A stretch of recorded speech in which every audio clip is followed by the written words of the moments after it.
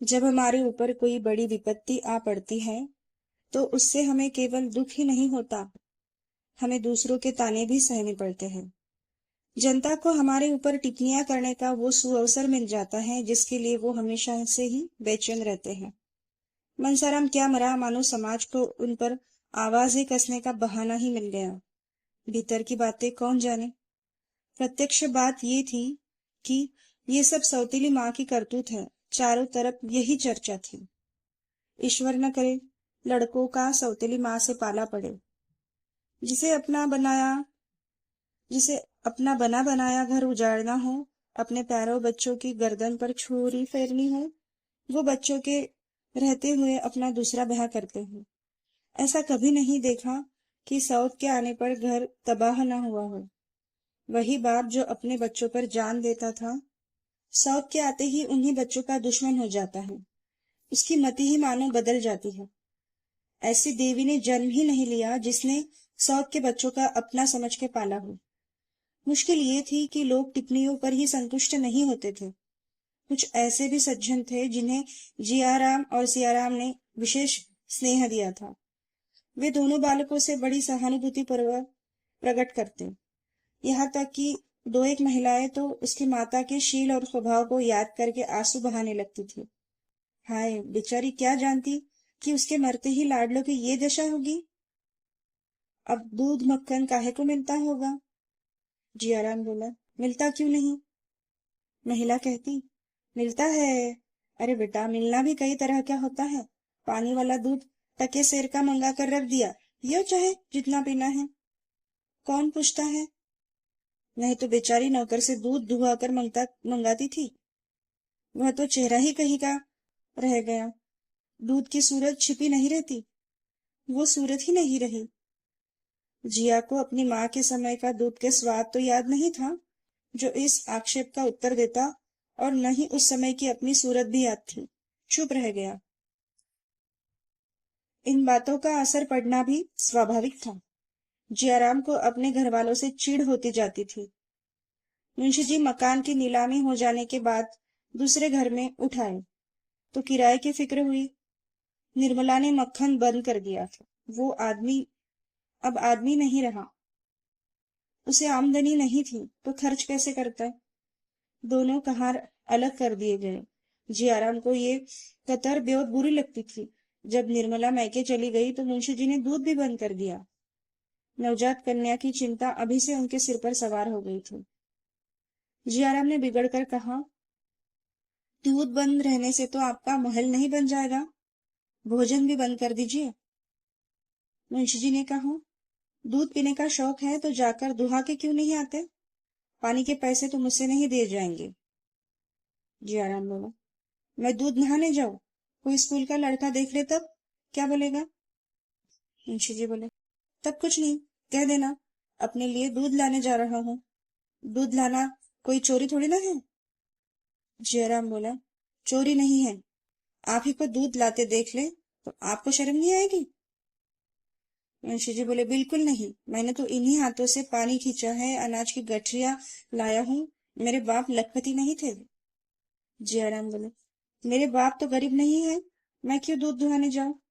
आखिर आपने कहारों को क्यों जवाब दे दिया। मुंशी जी बोले, क्या तुम्हें इतना भी नहीं सोचता कि मेरी आमदनी अब पहले सी नहीं रही। इतने नादान तो नहीं होना तुम। जियाराम बोला, आखिर आपकी आमदनी क्यों कम हो गई। मुंशी जी बोले, जब तुम्हें अकल ही नहीं है तो क्या समझाओ। यहाँ जिंदगी से तंग आ गया हूँ। मुकदमे कौन ले, और ले भी तो तैयार कौन है। वो दिल ही नहीं रहा। अब तो जिंदगी के दिन पूरे कर रहा हूँ। सारे अरमान लल्लू के साथ ही चले गए। जियाराम बोला, अपने ही हाथों ना। मुंशी जी ने चीख कर कहा, अरे अहमक, ये ईश्वर की मर्जी थी। अपने हाथों से कोई अपना गला काटता है भला। जियाराम बोला, ईश्वर तो आपका विवाह करने नहीं आया था। मुंशी जी अब जब्त न कर सके, लाल लाल आंखें निकाल कर बोले, क्या तुम आज लड़ने के लिए कमर बांध कर आए हो। आखिर किस तरह बिरसे हो। मेरी रोटियां तो नहीं चलाते। जब इस काबिल हो जाना तो मुझे उपदेश देना, तब मैं सुन लूंगा। अभी तुमको मुझे उपदेश देने का कोई अधिकार नहीं है। कुछ दिनों अदब और तमीज सीखो। तुम मेरे सलाहकार नहीं हो कि मैं जो काम करूं उससे तुमसे सलाह लूं। मेरी पैदा की हुई औलाद हो, उसे जैसे चाहूं खर्च कर सकता हूं। तुमको जबान खोलने का भी हक नहीं है।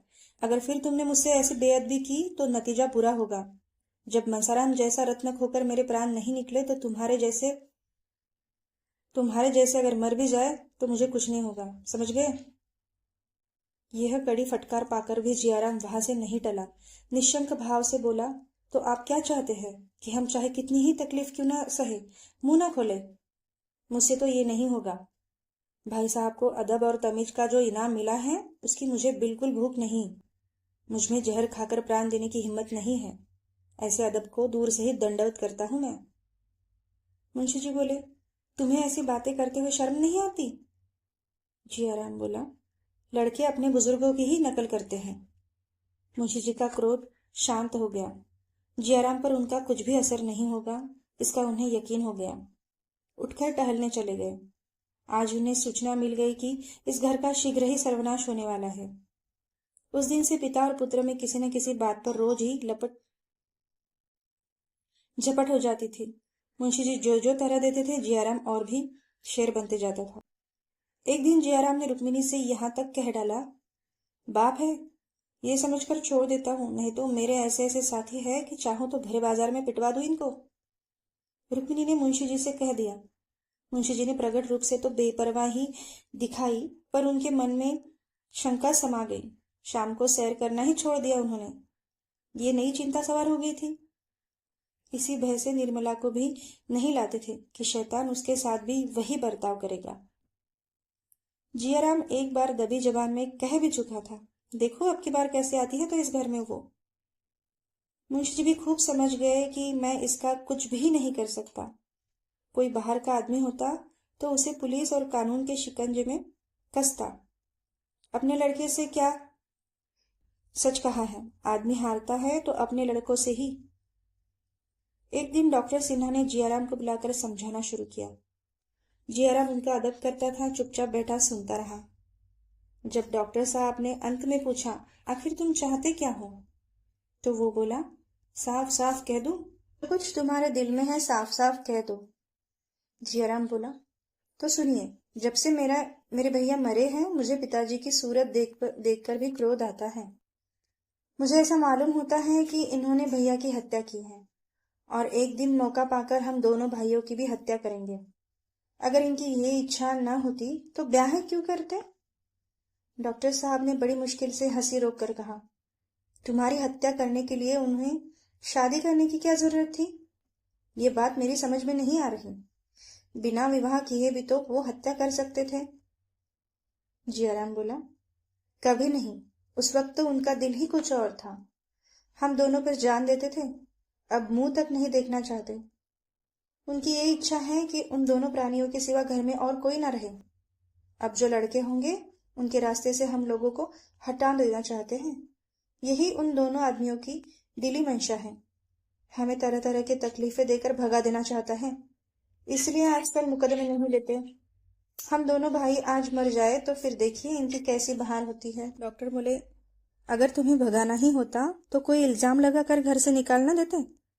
जियाराम बोला, इसके लिए पहले से ही तैयार बैठा हूं। डॉक्टर बोला, सुनो क्या तैयारी है? जियाराम, जब मौका आएगा देख लीजिएगा।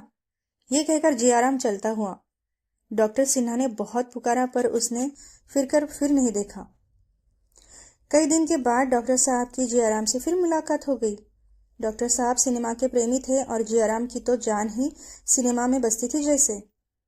डॉक्टर साहब ने सिनेमा पर आलोचना करके जियाराम को बातों में लगा लिया और अपने घर पर ले आए।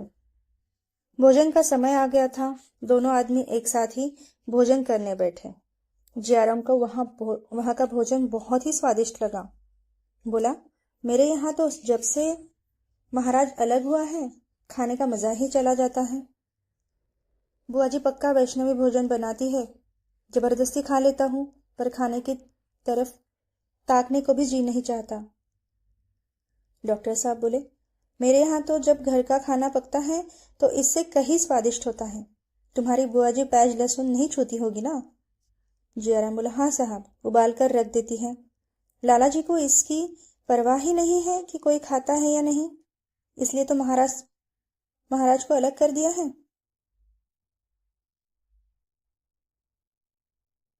अगर रुपए नहीं है तो गहने कहाँ से बनते हैं? डॉक्टर साहब बोले, ये बात नहीं है जियाराम, उनकी आमदनी सचमुच बहुत कम हो गई है। तुम उन्हें बहुत दिक करते हो। जियाराम हंसकर बोला, मैं उन्हें दिक करता हूँ? मुझसे कसम ले लीजिए, जो कभी उनसे बोलता भी हूँ, मुझे बदनाम करने का उन्होंने बीड़ा उठा लिया है। बेसबब बेवजह पीछे पड़े रहते हैं। यहाँ तक कि मेरे दोस्तों से भी उन्हें चिढ़ है। आप ही सोचिए, दोस्तों के बगैर कोई जिंदगी है? कोई जिंदा भी रह सकता है? मैं कोई लुच्चा नहीं हूं कि लुच्चों की सोबत रखूं, मगर आप दोस्तों के ही पीछे मुझे रोज सताया करते हैं। कल तो मैंने साफ साफ कह दिया, मेरे दोस्त घर आएंगे, किसी को अच्छा लगे या ना। जनाब, कोई हो, हर वक्त की धौंस कोई नहीं सह सकता। ये सब मुझसे भी नहीं सहा जाएगा। डॉक्टर साहब बोले, मुझे तो भाई उन पर बड़ी दया आती है। ये जमाना उनके आराम करने का था। एक तो बुढ़ापा, उस पर जवान बेटे का शौक, स्वास्थ्य भी अच्छा नहीं रहता।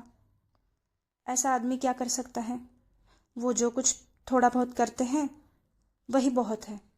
तुम अभी और कुछ नहीं कर सकते तो कम से कम अपने आचरण से तो उन्हें प्रसन्न रख सकते हो ना। बुड्ढों को प्रसन्न रखना कोई बहुत बड़ा काम नहीं है। यकीन मानो, तुम्हारा हंसकर बोलना ही उन्हें खुश करने के लिए काफी है। इतना पूछने में तुम्हारा खर्च क्या होता है? बाबूजी, आपकी तबीयत कैसी है? वो तुम्हारी उदंडता देखकर मन ही मन कुटते रहते हैं। मैं तुमसे सच कहता हूँ, कई बार रो चुके हैं। उन्होंने मान लो शादी करने में गलती की, इसे वह भी स्वीकार करते हैं, लेकिन तुम अपने कर्तव्य से क्यों मुंह मोड़ते हो? वो तुम्हारे पिता हैं, तुम्हें उनकी सेवा करनी चाहिए। एक बात भी ऐसे मुंह से न निकालनी चाहिए जिससे कि उनका दिल दुखे। उन्हें ये ख्याल करने का मौका ही क्यों दे कि सब मेरी कमाई खाने वाले हैं, बात पूछने वाला कोई नहीं है। मेरी उम्र तुमसे कहीं ज्यादा है जियाराम, पर आज तक मैंने अपने पिताजी की किसी बात का जवाब नहीं दिया। वो आज भी मुझे डांटते हैं तो सिर झुकाकर सुन लेता हूँ। जानता हूँ वो जो कुछ कहते हैं मेरे भले के लिए ही तो कहते हैं। माता पिता से बढ़कर हमारा हितैषी और कौन हो सकता है? उनके ऋण से कौन मुक्त हो सका है? जियाराम बैठा रोता रहा। अभी उसके सद्भाव का संपूर्णता लोप नहीं हुआ था। अपनी दुर्जनता उसे साफ नजर आ रही थी। इतनी ग्लानि उसे बहुत दिनों से नहीं आई थी। रोकर डॉक्टर साहब से कहा, मैं बहुत लज्जित हूँ, दूसरों के बहकावे में आ गया था। अब आप मेरी जरा भी शिकायत नहीं सुनेंगे। आप पिताजी से मेरे अपराध के लिए क्षमा दीजिए। मैं सचमुच बड़ा अभागा हूँ। उन्हें मैंने बहुत सताया। उनसे कहिए मेरे अपराध क्षमा कर दे, नहीं तो मैं मुंह में कालिक लगाकर कहीं निकल जाऊंगा, डूब मरूंगा। डॉक्टर साहब अपनी उपदेश कुशलता पर फुले न समाये, जियाराम को गले लगाकर विदा किया। जियाराम घर पहुंचा तो 11 बज गए थे। मुंशी जी भोजन करके अभी बाहर आए थे। उसे देखते ही बोले, जानते हो कितने बजे हैं? 12 का वक्त है। जियाराम ने बड़ी नम्रता से कहा। डॉक्टर सिन्हा मिल गए, उनके साथ उनके घर तक चला गया। उन्होंने खाने के लिए जिद की, मजबूरन खाना भी पड़ा, इसीलिए देर हो गई। मुंशी जी बोले, डॉक्टर सिन्हा से दुखड़े रोने गए होंगे तुम, या कोई और काम था तुम्हारा? जियाराम की नम्रता का चौथा भाग उड़ गया। बोला, दुखड़े रोने की मेरी आदत नहीं है। मुंशी जी बोले, जरा भी नहीं। तुम्हारे मुंह में तो जबान ही नहीं है। मुझसे जो लोग तुम्हारी बातें करते वो गड़ा करते होंगे, है ना?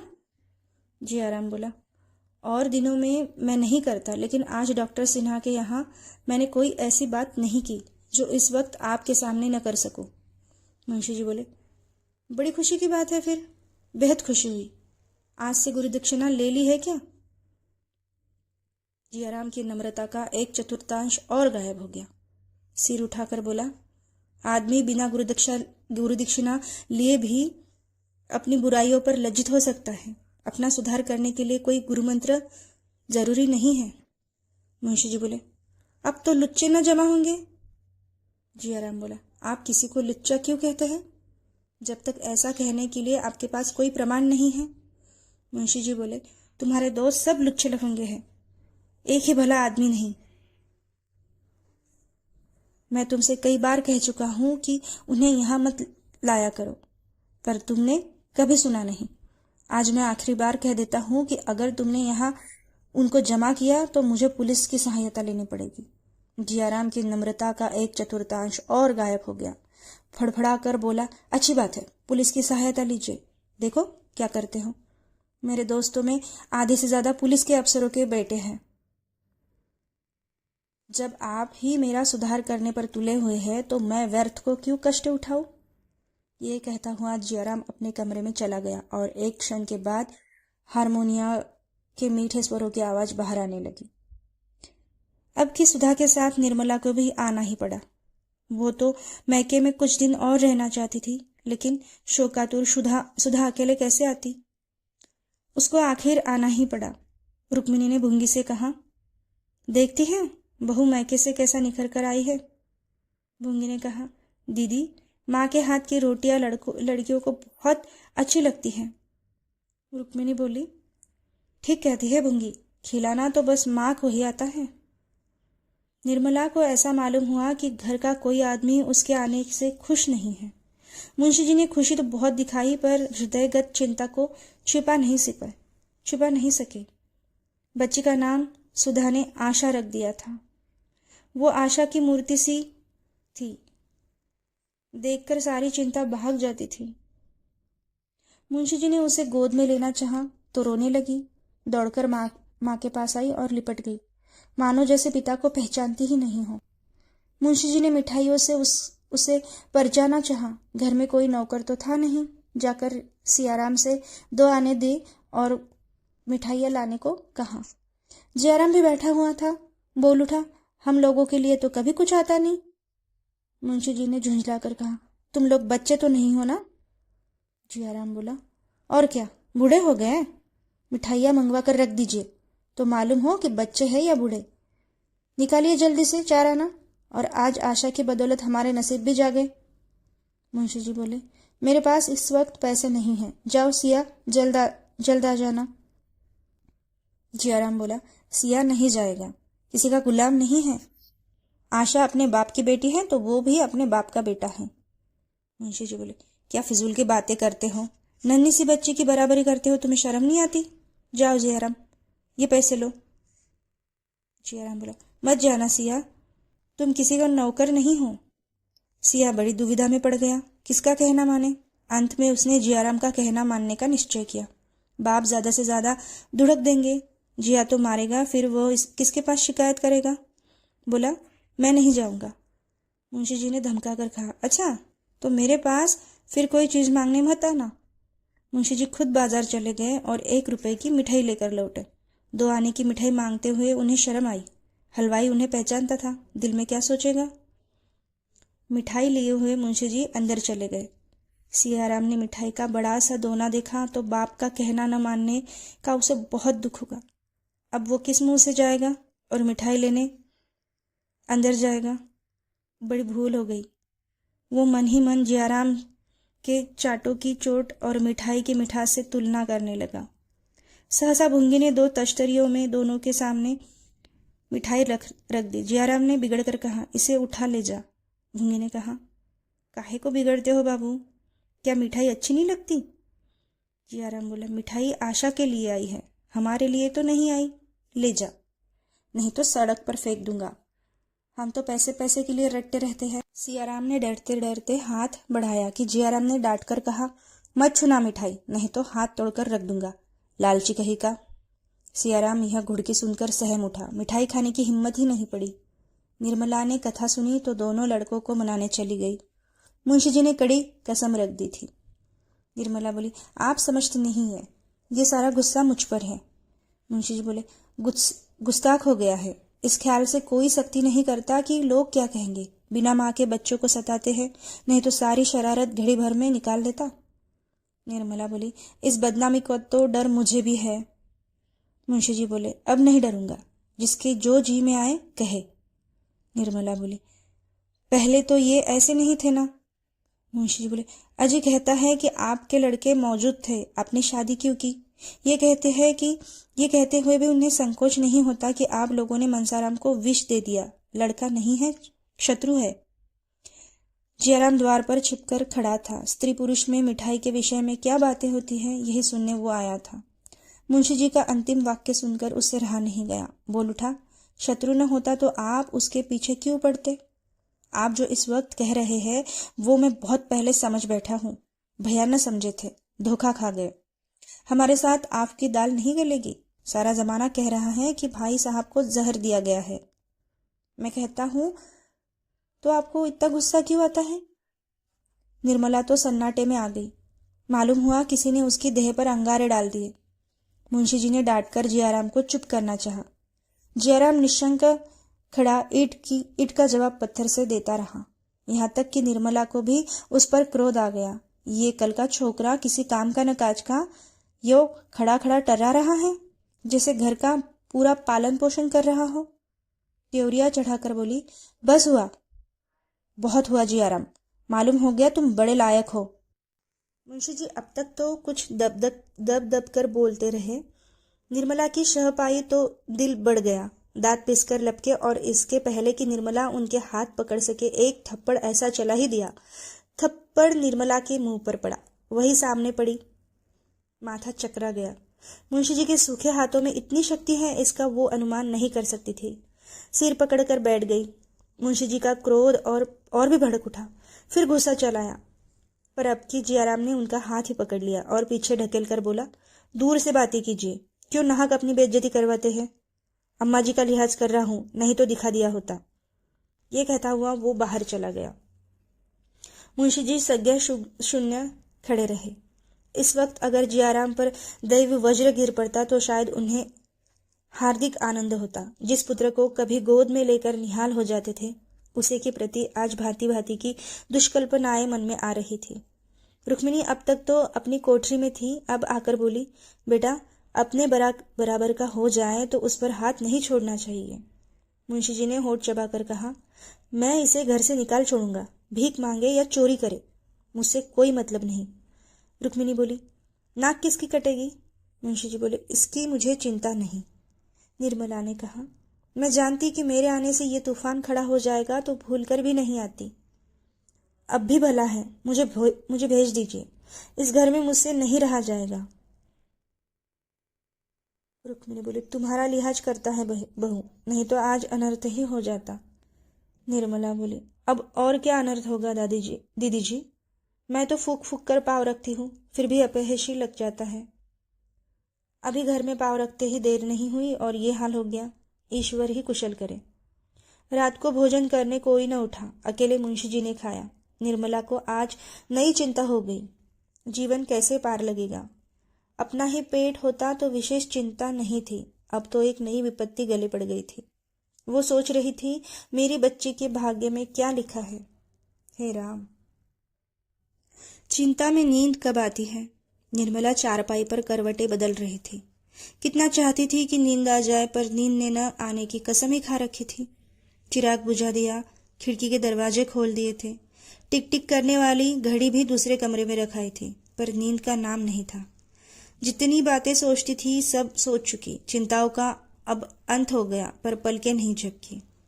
तब उसने फिर लैंप जलाया और एक पुस्तक पढ़ने लगी। 2-4 ही पृष्ठ पढ़े होंगे कि झपकी आ गई। किताब खुली रह गई। सहसा जयराम ने कमरे में कदम रखा। उसके पांव थर थर कांप रहे थे। उसने कमरे में ऊपर नीचे देखा। निर्मला सोई हुई थी। उसके सिरहाने ताक पर एक छोटा सा पीतल का संदूकचा रखा हुआ था। जयराम ने दबे पांव वहां से वो संदूकचा उठाया और बड़ी तेजी से कमरे से बाहर निकला। उसी वक्त निर्मला की आंखें खुल गई। चौंक कर उठ खड़ी हुई। द्वार पर आकर देखा। कलेजा धक सा हो गया। वो क्या जयराम है? मेरे कमरे में ये क्या करने आया था? कहीं मुझे धोखा तो नहीं हुआ? शायद दीदी जी के कमरे में आया होगा। यहाँ उसका क्या काम था? शायद मुझसे कुछ कहने आया हो, लेकिन इस वक्त क्या कहने आया होगा? इसकी नीयत क्या है? उसका दिल कांप उठा। मुंशी जी ऊपर छत पर सो रहे थे। मुंडेर न होने के कारण निर्मला ऊपर न सो सकती थी। उसने सोचा कि चलकर उन्हें जगाओ, पर पर जाने की हिम्मत न पड़ी। शकी आदमी है, न जाने क्या समझ बैठे और क्या करने पर तैयार हो जाए। आकर फिर पुस्तक पढ़ने लगी, लेकिन सवेरे पूछने का निश्चय कर भी उसे नींद नहीं आई।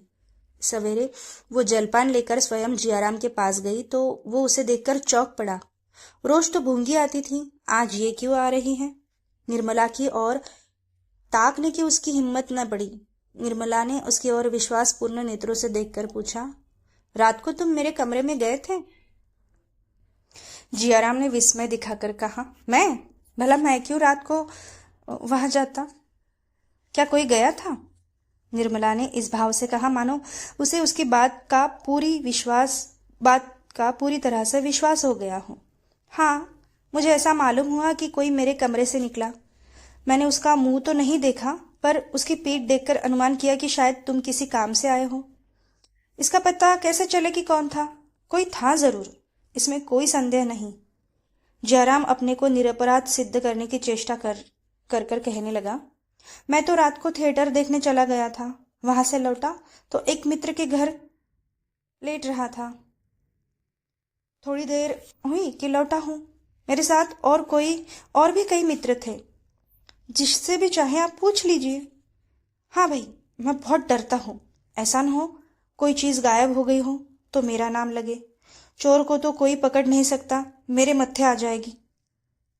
बाबूजी को आप जानती हैं, मुझे मारने दौड़ेंगे। निर्मला बोली, तुम्हारा नाम क्यों लगेगा? अगर तुम ही होते तो भी तुम्हें कोई चोरी नहीं लगा सकता। चोरी दूसरों की चीजों की होती है, अपने चीज की चोरी नहीं होती। अभी तक निर्मला की निगाह अपने संदूकचे पर नहीं पड़ी थी। वो भोजन बनाने लगी। जब वकील साहब कचहरी चले गए तो वो सुधा से मिलने चली। उधर उसकी कई दिनों से मुलाकात नहीं हुई थी। फिर रात वाली घटना पर विचार परिवर्तन भी करना था। भूंगी से कहा, कमरे में से गहनों का बक्सा उठा ला। भूंगी ने लौटकर कहा, वहां तो कहीं संदूक नहीं है, कहाँ रखा था? निर्मला ने चिढ़कर कहा, एक बार में तो तेरा काम कभी नहीं होता। वहां छोड़कर और कहा जाएगा? अलमारी में देखा था? भूंगी ने कहा, नहीं बहू जी, अलमारी में तो नहीं देखा, झूठ क्यों बोलूं? निर्मला मुस्कुरा पड़ी, बोली, जा देख, जल्दी आ। एक क्षण में भूंगी फिर खाली हाथ लौट आई। अलमारी में भी तो नहीं है, अब जहां बताओ वहां देखूं। निर्मला झुंझुलाकर ये कहती हुई उठ गई, तुझे तो ईश्वर ने आंखें ही क्यों दी? देख, उसी कमरे में से लाती हूं कि नहीं। भूंगी भी पीछे पीछे कमरे में गई। निर्मला ने ताक पर निगाह डाली, अलमारी खोलकर देखी, चारपाई के नीचे झांक कर देखा, फिर कपड़ों का बड़ा संदूक खोलकर देखा। संदूकचे का कहीं अता पता नहीं था। आश्चर्य हुआ, आखिर संदूकचा गया तो कहाँ? सहसा रात वाली घटना बिजली की भांति उसकी आंखों के सामने चमक गई। कलेजा उछल पड़ा। अब तक निश्चिंत होकर खोज रही थी, अब ताप सा चढ़ाया। बड़ी उतावली सी चारों ओर खोजने लगी, कहीं पता नहीं चला।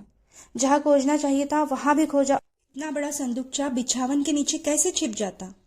पर बिछावन भी झाड़ कर देखा। क्षण क्षण मुख की कांति मलिन होती जाती थी, प्राण कंठ में समाते जाते थे।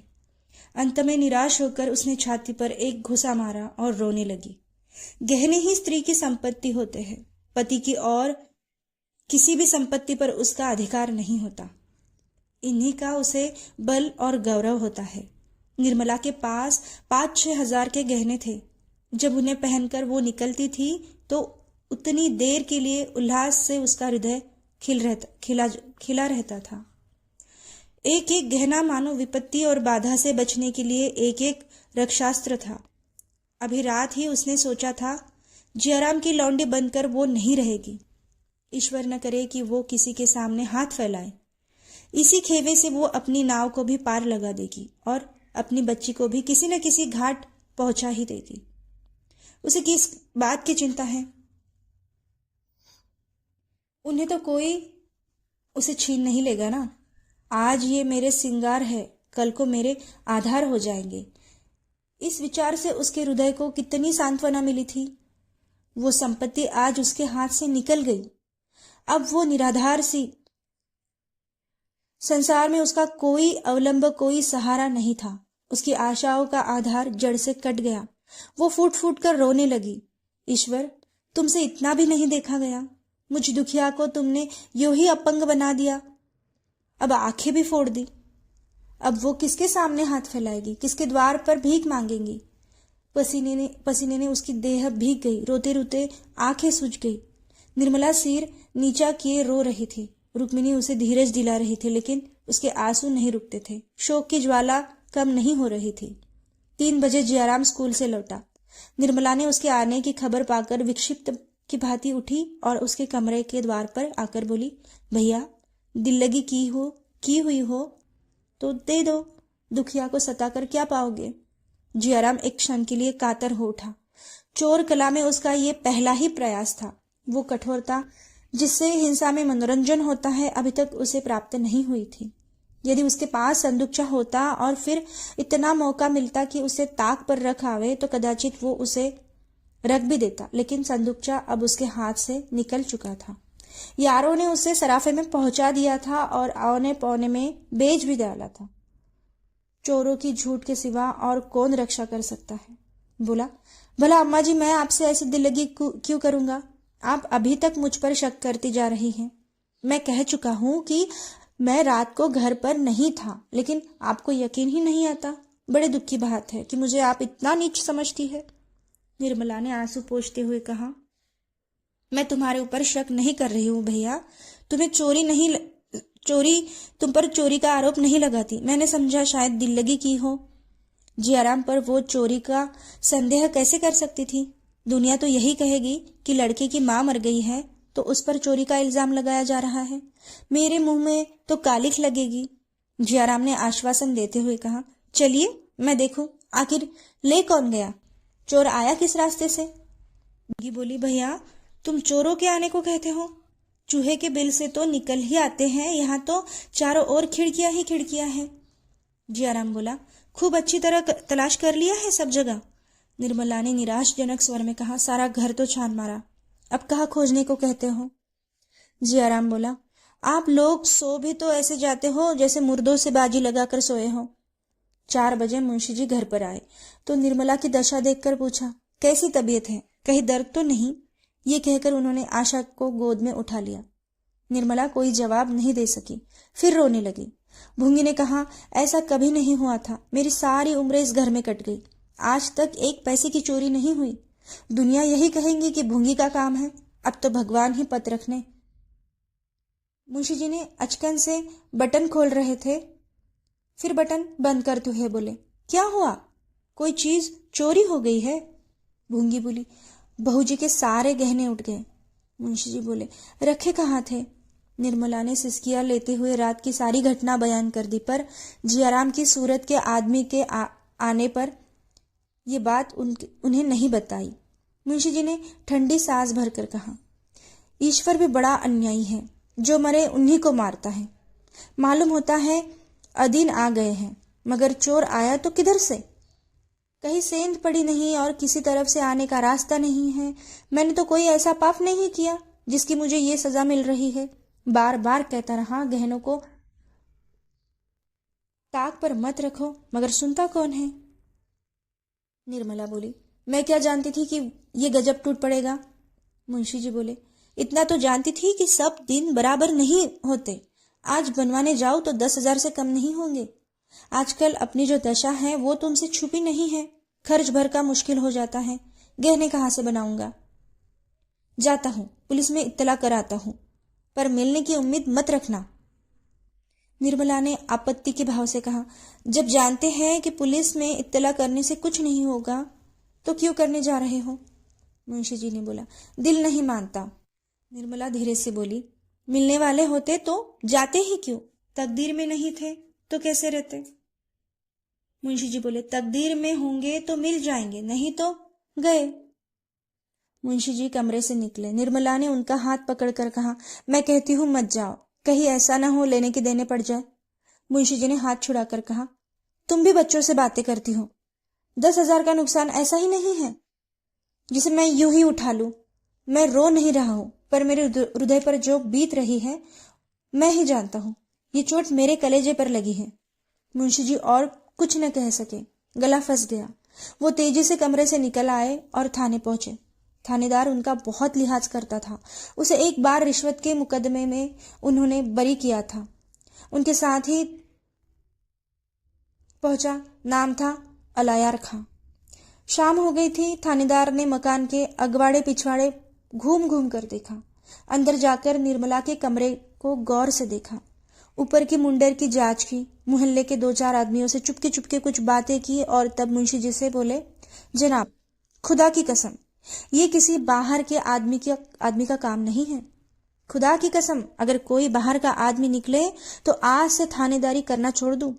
आपके घर में कोई मुलाजिम ऐसा तो नहीं है जिस पर आपको शक हो? मुंशी जी बोले, घर में तो आजकल सिर्फ एक मेहरी है। थानेदार बोले, अजी वो पगली है, ये किसी बड़े शातिर का काम है, खुदा की कसम। मुंशी जी बोले, तो घर में और कौन है? मेरे 2 लड़के हैं, स्त्री है और बहन है, इनमें से मैं किस पर शक करूं? थानेदार बोले, खुदा की कसम, घर ही के किसी आदमी का काम है, चाहे वो कोई भी हो। इंशाल्लाह 2-4 दिन में मैं आपको इसकी खबर दूंगा। ये तो नहीं कह सकता कि माल मिलेगा भी या नहीं, पर खुदा की कसम चोर जरूर पकड़ा के दिखाऊंगा।